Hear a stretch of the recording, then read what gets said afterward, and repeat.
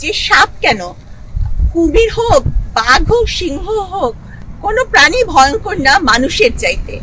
মানুষকেই ভয় লাগে, রাসেল ভাইপারকে লাগে না। তবে আমিও ইদানিং খুলে দেখছি, মানে সোশ্যাল মিডিয়ায় দেখছি, সোশ্যাল মিডিয়ায় ঢুকলেই সব ভয়ঙ্কর সাপের ছবি দিয়ে মানুষ বিভিন্ন স্ট্যাটাস পোস্ট করছে। তো নাম হচ্ছে আবার রাসেল ভাইপার। তো একটা ইংরেজি নাম থাকলে কিন্তু দেখা যায় কি, মানে যেমন মিশন ইম্পসিবল, মানে একটা কেমন একটা ভীতি, মানে একটা অন্যরকম ভাব জাগে। তো রাসেল ভাইপার নামটা দেওয়ার জন্য একটা অন্যরকম ভীতি সবার মনে জন্ম নিয়েছে।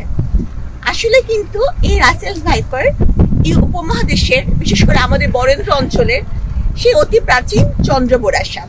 এই যে সোশ্যাল মিডিয়ায় এত এই রাসেল ভাইপার আতঙ্ক ছড়ানো হচ্ছে, এখন কিন্তু গ্রামাঞ্চলে সবার হাতে, ইভেন কৃষকদের হাতেও স্মার্টফোন। তারা এই জিনিসটা দেখে কিন্তু তারাও একটা ভীতির মধ্যে পড়ে গেছে। তারা কিন্তু খেতে কাজ করা বা মানে শস্য ক্ষেত্রে কাজ করতে ভয় পাচ্ছে। তো এই আতঙ্কটা বা এই ভ্রান্তিটা দূর করার জন্য আমি নিজে একটু বন জঙ্গলে ঘুরে দেখছি যে এখানে কেউ সাপ আছে কিনা।